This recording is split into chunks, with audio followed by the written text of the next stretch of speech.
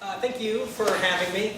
So my name is Adam McCullough. I work for Microsoft. I'm a senior consultant for their public sector group. So public sector is their government group within Microsoft. So primarily in the Department of Defense space is where I work.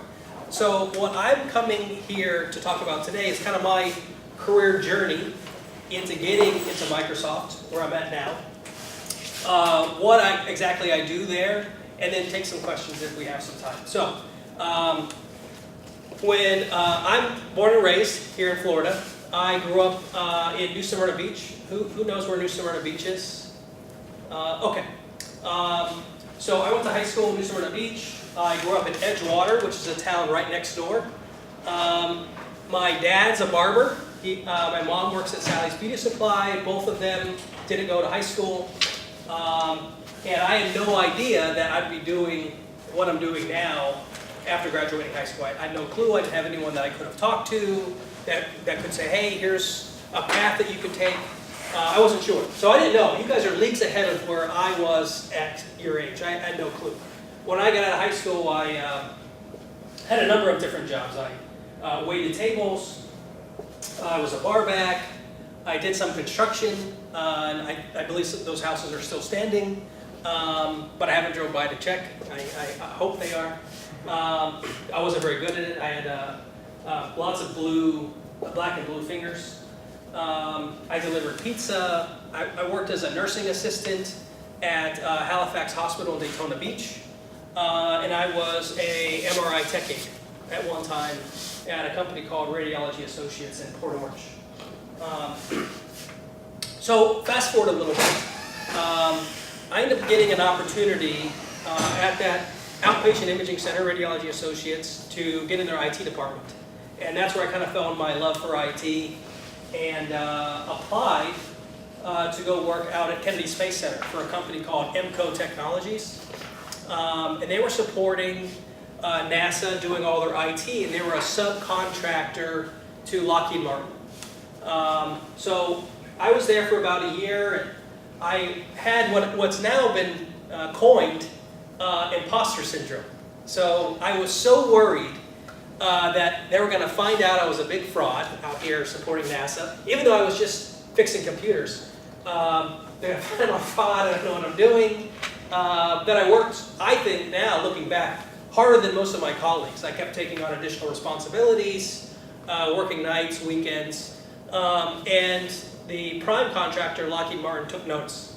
And they promoted me out of the position I was in into what they called outreach. So my job was doing communication to all of Kennedy Space Center on their IT anytime there was a change. So change to Office, change to Windows, change to your laptop, so doing data at rest, in encryption. My job was to outreach all of that and provide training to the end user community. The senior secretary team to the launch director. So while out there, I was out there for about 4 years. This was during the shuttle program. Lockheed, that contract was a $1.9 billion contract. So it was all IT for Kennedy Space Center, Marshall, all the space flight and research centers. Lockheed Martin lost that contract to Hewlett-Packard. And so my position was not being picked up by the new contractor, so I was RIFT, which is reduction in force. So at that time, I just bought a house in Port St. John. I was planning on never leaving supporting NASA, ever. This was a great job.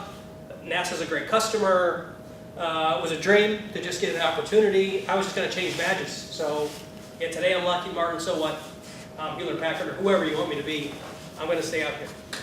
No, you're RIFT, you have 2 weeks to find a job. So that was a big wake-up call for me. I only knew NASA government people and Lockheed Martin folks that were on my contract. So as big as that contract was, I didn't know anyone else outside in other contracts.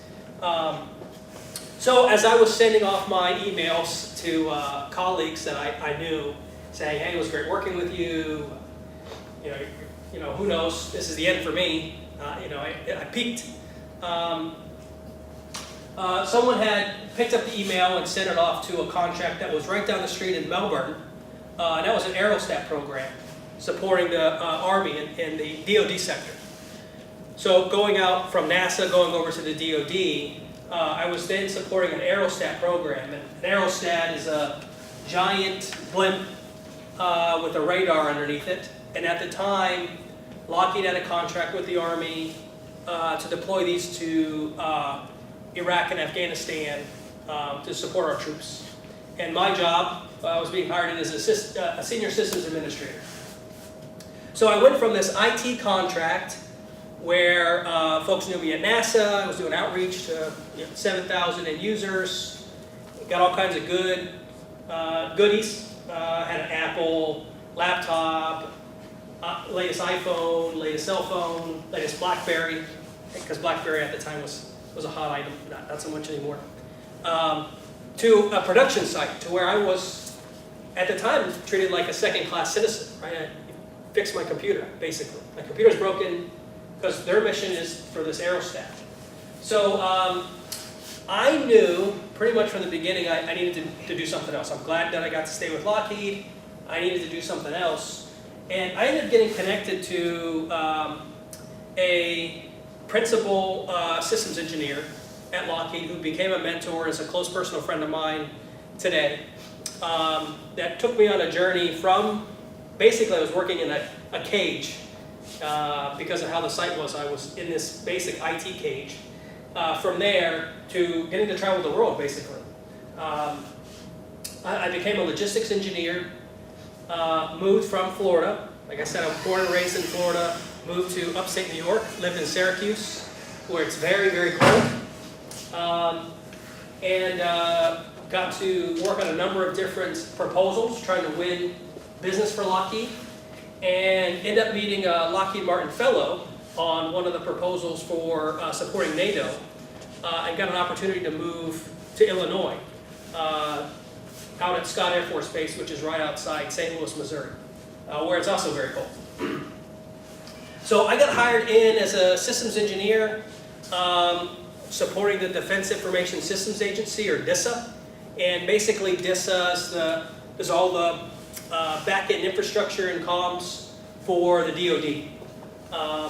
So was on that program through mentors and coaching, was promoted to their chief security officer on the program. It was a $5 billion program with DISA, and I had purview of the whole program. So we had folks in Bahrain, in Europe, in Hawaii, which I got to go to. Got to go to Stuttgart, Tampa, here at MacDill. And then, of course, there was back at Scott and up in DC. So, got to do a lot of traveling with that job. Opportunity came up to move to MacDill, to Tampa, so I made my way back to Florida. And during that time, Lockheed Martin, their services group doing their IT, they wanted to get out of that line of business. So they spun off, or were wanting to spin off that line of business to merge it with a company called Leidos. So at that time I thought, well, I don't want to go and work for this new company. There's going to be a lot of turnover and figuring out what's going to happen within this company. The gentleman that I knew on this aerostat program had become a vice president somewhere else. And he had said, I have an opportunity for you, would you be willing to move to Cocoa Beach? So I left Lockheed, went to this company called Facile, and that's where I met Dr. Miller. So at that time, Facile was wanting to do an internship program. Dr. Dean Bushy was here at the time, and his brother, Doug Bushy, was another vice president. So that was kind of the connection there originally. And so while out there, I got an opportunity. It was a smaller company to work directly with their CIO, CEO, COO, trying to win new business for them. So they were a small government contracting company. They graduated to a large, so now they're competing with the Lockheed Martin, Northrop Grumman's, to help them get new business. I didn't like the culture. I just was not coming from Lockheed. I spent 9 years with Lockheed. I was just used to something different. And so I decided I'm going to leave and go back to Lockheed and work in Orlando. So I knew some folks over there that I used to work with, and was basically just given a job. We have this opportunity we think you'd be great for, just apply for it. And so it was a $1.2 billion contract with the Royal Australian Air Force. So that contract was doing all of the flight simulation for the Australian Air Force. So at that time, I was going to go over to Canberra, spend several months over there standing up their training sites when I applied at Microsoft, kind of on a whim. There's a job posting, looks like I can do it, so I applied. Nothing sexy about what happened, I just applied. And they called and said, we'd like to have an interview. 3 one-hour interviews. And the day that they asked if they could do the interview was ironically enough, my very first day back at Lockheed. So Lockheed was giving me my badge and my computer, and I left a little early, and went home, prepped for the interview. And how Microsoft does their interviews, it's not a full spectrum panel interview where you sit down and there's multiple people interviewing you at once. They do single interviews, and they do that because they don't want, if you're not gelling with somebody, them to sway other people by either their questioning or whatever it might be. So it's all independent. So I had the interviews, and thought, well, I don't know if this is going to go anywhere. I'm back at Lockheed. It's a Fortune 100 company. This contract's 7-year, 25 option year contract. I can ride this out for a while and figure out what I want to do next from there. And then Microsoft called and gave me a job offer. And Microsoft is a technology company that just so happens to do government work. So their compensation packages are night and day. So Lockheed's competing with Northrop Grumman for employees. So the kinds of incentives you would get are comparative in that environment. Microsoft's competing against Google, Amazon, Apple for talent, even Facebook. So it was a no-brainer for me to take the job, although it was advertised as 80% travel. So I'd be gone basically every week. So I came on board to Microsoft, and my very first customer, and I'll use the word customer to talk about government agencies, so when I say customer, I mean a government agency, was the White House Communication Agency in DC. So I was there for about 4 months, and basically what my job is in Microsoft, it's very process-driven. So unlike Lockheed Martin, they have these huge contracts. If you've heard of, who knows what the F-35 program is? It's a $1 trillion contract. These are long contracts, years. Microsoft, how they set up their contracts are typically engagements, so they're 2 weeks at a time. So you'll come in and it's, hey, you're gonna do some process improvement with this agency. Then after you're done, you're going to go to this other agency and you're going to try to take them to Azure. After you're done there, you're going to go to another agency and help them with Windows as a service. So it's all different. And my background being DISA and NASA, you have to be, your boots on the ground right away, trying to figure out, all right, what do you have and you don't have pretty quickly. From there, after doing some work at WACA, was out at the Pentagon for about 6 months. And now I'm doing work back doing work with the Army, trying to consolidate their communications. So there's a bunch of things that they have to take with them in order to communicate in a combat zone, and we're trying to consolidate that. So that's really kind of in a nutshell my journey. I love working for Microsoft. My boss, when I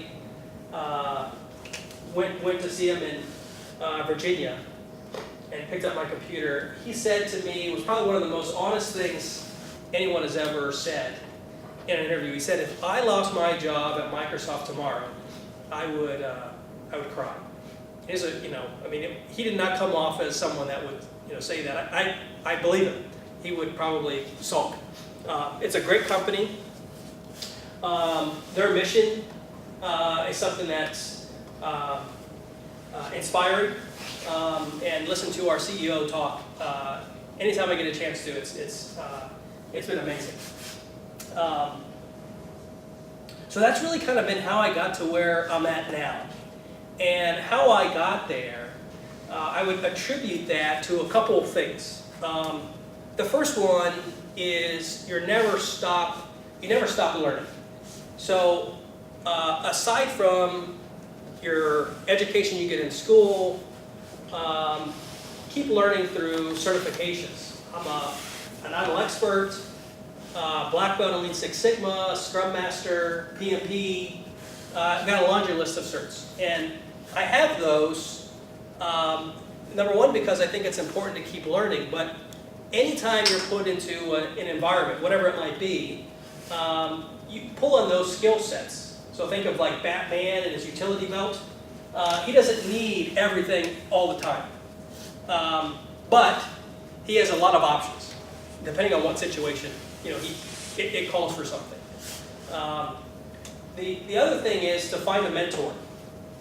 So it's extremely important to have multiple mentors, not just one, but certainly one as you're starting your career, to give some advice. And once I'm done with my little list here, I'll give you an example of a time that having a mentor really helped me out a lot. The other thing is your answer for a job opportunity should always be, it depends. Shouldn't be no out the gate. Even if it means to relocate. Being from Florida, I never thought I'd be living in New York, especially upstate New York, where it's cold. I didn't know anybody when I moved, only my boss, and I knew him for maybe a week before I moved up there. Same to Illinois. I knew the gentleman I worked on a proposal with and moved out to Illinois. And so the reason why it depends is the first should be, if I take this job, where am I going to go to next? So you don't want to pigeonhole yourself into a position to where now that I've taken this job, what is it going to lead me to? What if I do this and I do a great job? Not that you're going to leave it right away, but what kind of skills are you going to get? Where can you go from there? The other is where you're at in your family situation. One day you might want to get married or have kids. It will depend on that. There's a lot of decision making that goes into that part of your life. And the next thing is going to be, well, how much are you going to pay, right? So it depends. If it's a lateral move, meaning I'm not going to make any more money, and you may or may not get a relocation package, what's the benefit of me going? What am I going to learn? And where can I take this skill next? So to the example I wanted to give you. While I was working on that aerostat program, I bought a house in Port St. John, which I mentioned. I wasn't really making a whole lot of money. And just went through a riff, which was emotionally tolling. And one of the trainers had said there's an opening to train folks, a batch of people. They would come in every couple months. They would get trained up on how to use this aerostat in Arizona. So we'd train them, and then they would deploy them over to Iraq or Afghanistan. So it would have meant more money for me. And I mentioned this to the gentleman that became a mentor of mine. His name's Garrison. Hey, there's an opportunity for me to become a trainer, make more money, Sounds like a great opportunity, gets me out of this cage. And he said, don't do it. Don't do it. And so we had a conversation. Why? It's more money. Hello. And he said, in Lockheed Martin, whether it's right or wrong, in Lockheed Martin, his experience being a hiring manager and what he knows, being there for 14 years, is that having a trainer as your title will limit you. It can limit you when you apply for other jobs. So when I would try to leave eventually to apply for something else, the hiring manager will see my job code as a trainer, and they'll think, oh, Adam is a trainer. He can't do this other job, regardless of what my resume might say. If I'm lucky, I'll get a hiring manager that actually reads through it, but others will say, nope, this is a skill, this is his skill, and I don't think he's the right fit. He said, in Lockheed, you want to be a systems engineer. That's the highest pay band in Lockheed. And you're in the engineering domain, and you can still be a trainer. So think of training as a skill set, not as this is your job type. Right or wrong, that's how it works in Lockheed. Now, I would not have known that had I not had this mentor. You know, it's insider baseball that mentors are able to tell you, hey, here are some things that you don't know because you haven't been around long enough. Or this is stuff that he's seen that I may not have seen. And he allowed me to make my own choice, so I could have said, well, you know, what's this guy? I want to make some more money. And who knows where it would have all ended up, but that decision was, I could have taken that job now, or at that time, got a pay bump, or wait I think it was like 6 or 7 months for this other opportunity that may or may not turn out, right? So this is him telling me, and I'm getting to know him. It's kind of that bird in the hand kind of thing. And I decided to wait, and the rest is history. I mean, that was a life-changing event. And so, for me, in hindsight, one of the best things that's ever happened to me, kind of going back to the beginning of my story, was getting ripped. Getting ripped from Lockheed, supporting NASA.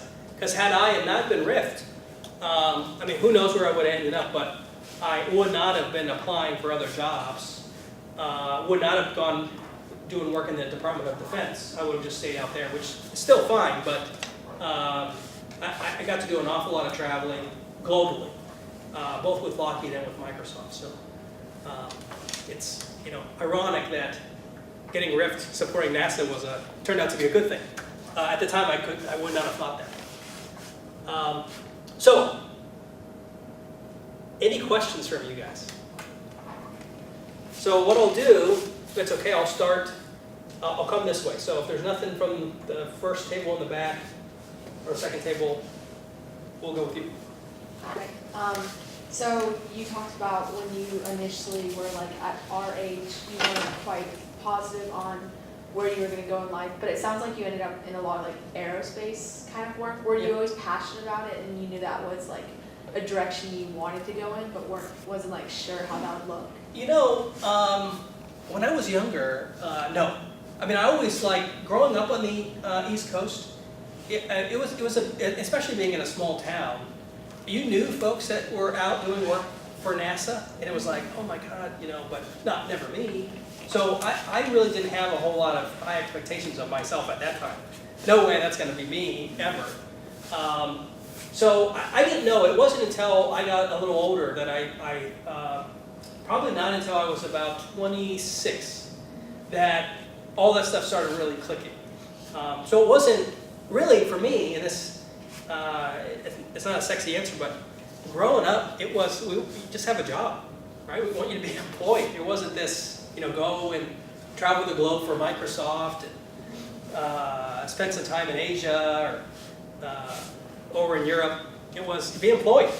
And so I would say, if you have a passion for something, learn as much as you can, find mentors in that area, and figure out how you can continue to sharpen your skills to better prepare yourself for a job there. Yeah. Next. Yes? What is it that you like about Microsoft? Because, a lot of people have the things that they like about a company, so is it say just the job opportunities you have, or anything of that sort? Yeah, I don't know if I can limit it to just one thing, but I would say a couple. So one is the job opportunities. Since I've been with Microsoft, so I've only been there for a year and a half, 9 years with Lockheed, year and a half with Microsoft, there's just so much opportunity, whether it's in commercial or government space, which I've spent so much time in the government space. Since I was there, I've done stuff at WACA, the White House Communication Agency, the Pentagon, Department of Justice. I mean, there's just so much. The other is the culture. I don't know if I've ever experienced culture like Microsoft, ever. I mean, Lockheed's a good company and all, but from wanting you to grow as a person and a professional, they're very supportive of that. And if you're interested in going in a completely different direction, so I'm in their services arm, but if I want to go into products, or I want to go over to Xbox, or I want to go over to LinkedIn or wherever, they will help you get there.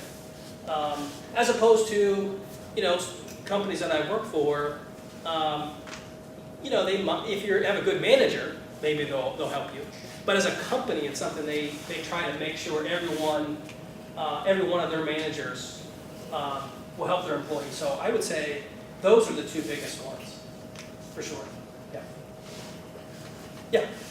So I don't know, was college an option for you? I mean, I know you didn't talk about it. You kind of said you were working a lot. Yeah, so I ended up going to college when I was working at Lockheed, so Lockheed paid for me to go to school. But it was never something that was really talked about growing up. And my family and my parents are loving, and they'll give me the shirt off their back. But they just don't know about those things, and they were never exposed to it. So, my parents work 9 to 5 jobs. They come home and have their family to take care of. So they didn't know there was this whole other life out there. So it wasn't until I was exposed to it, and I'm a big believer in, sometimes you don't know what you can't see or even hear about, because you can be stuck in a bubble to think, I'm not this isn't an option for me, or. So I don't know if I'm answering your question, but it wasn't something that coming out of high school was, even talked about a whole lot in my household. But here I am. Anyone else? Sure.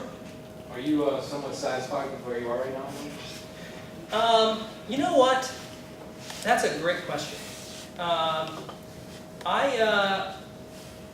I'm very happy with how far I've come.